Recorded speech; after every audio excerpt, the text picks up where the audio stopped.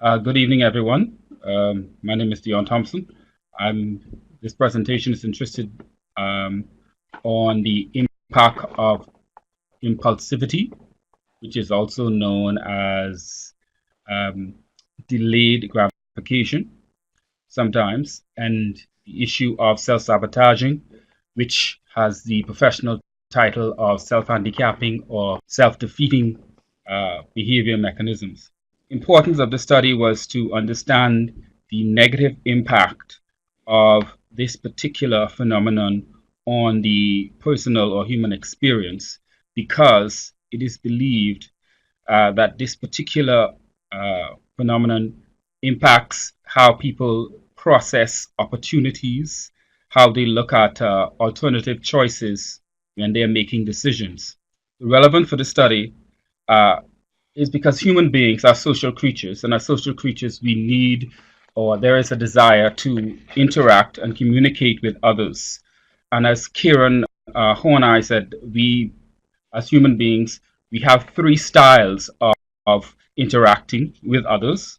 One style of it is moving towards others, one style is moving against others, and one style is moving away from others.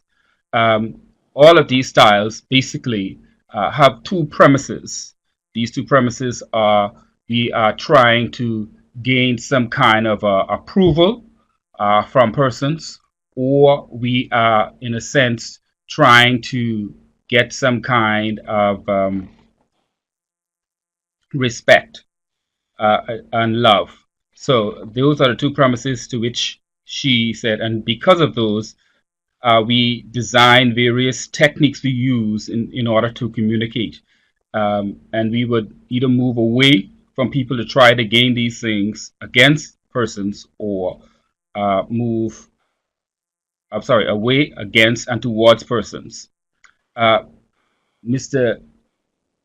Uh, Glacier said that it is the idea is basically for us to gain some kind of power. Yeah, we need to, in a sense, understand that we have the power to make decisions. We have the power to be loved.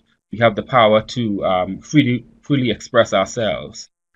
The study background is a female who's currently in Asia, who is of a divorce, who's divorced with several kids, particularly boys. She has had a difficulty in communicating with her colleagues.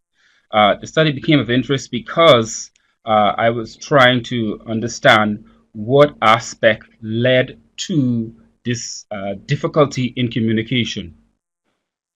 And through conducting a content analysis with her, it was discovered that she had difficulty in terms of relating to persons. And as you can see, the study points to the issue of impulsivity. For that, the Rosenberg study, which is a um, 14 item inventory, was used to assess her level of self esteem. Uh, it was discovered that she would have had 12, she would have gotten a 12 out of 30 points. You would need a 15 or lower in order to have low self esteem. So the instrument indicated that she had a low self esteem. To triangulate this particular study, I then added the Big Five personality factor questionnaire to see if she was able to be open to experience, or if she was willing to be agreeable, or she had some level of narcissism. And on that particular instrument, she also indicated that she had a strong degree of narcissistic personality. That would go in relation to the what Erickson would bring to us, the whole idea of trust and versus mistrust. When persons are denied to gain some kind of autonomy, they would develop some level of shame and self doubt. And so that with that particular focus on. Yeah. As it relates to her from her concept, how she interacted with persons. She rated her female colleagues as a 7 on a Likert scale, indicating that she was unable to cooperate with them. And she also rated them as having like a 9, where she could not, in a sense, trust them. So these again are related back to the instruments that were used. The implication of this, the implication desired to improve her social relationship with others, but she seemed unable to pick up on the social cues that would allow her to smoothly sustain and maintain a relationship with others. And this, in a sense, goes back to during the interview, it was discovered that her particular relationship with her mother was estranged, which is supported by Ainsworth's theory of attachment. Uh, she seemed to have a difficulty relating to others because she was unable to develop that kind of bond and care with her own primary mother, and she projected this sort of detached and rejected style of attachment to persons. So when she communicated, there was a desire to move towards others, but there was also a desire to protect her own self esteem, which she felt others would reject her. The reason impulsivity was examined at a deeper level was because during the literature review, it seemed as if procrastination and a failure, a desire to protect oneself, seemed to be the primary issues why persons self sabotage. However, in the content analysis with this particular uh, participant, it was discovered that prior to it, she had made certain cognitive decisions to isolate herself before she had even attempted to interact with the person. So there was a degree of impulsivity or immediate desire to remove herself. And so all of her actions, in a sense, was in a self-fulfilling prophecy. She was in a self-sabotaging before she understood what she was doing. The further results show that there was a low self-esteem that helped facilitated this process. Um, and as all of the literature reviews seem to be supporting that.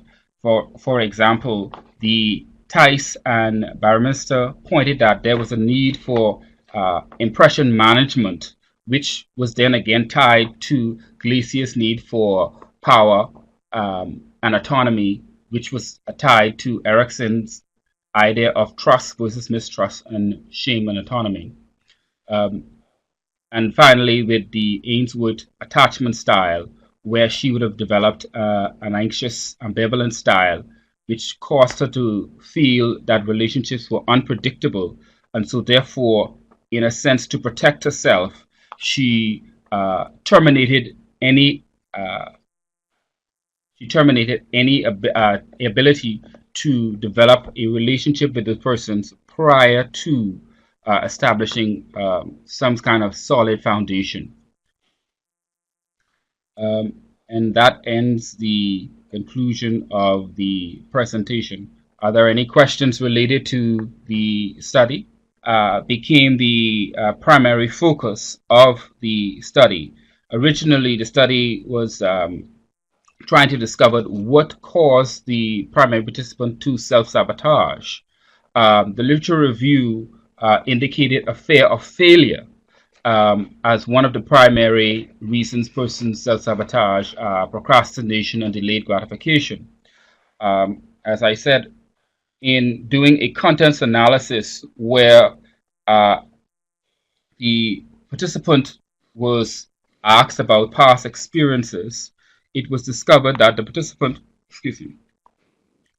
had an estranged relationship with the uh, primary caregiver, her mother, which would have caused her to develop a level of anxiety, and so she had she had attachment issues, and this made relationships unpredictable for her.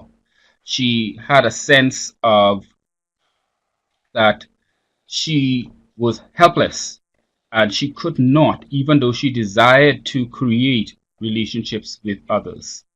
And that, I said, was supported by Ainsworth's theory. Um, the whole idea of Horney's contribution to this would have indicated through the need to avoid conflict or dread. And so she, in a sense, alienated herself. Um, when she did interact with others, she seemed to be very paranoid. She seemed to be very afraid that there was a sense of rejection. Based upon that, the tolerance for ambiguity scale was also used as a part of the interview. For example, a question would have been asked of her in a party.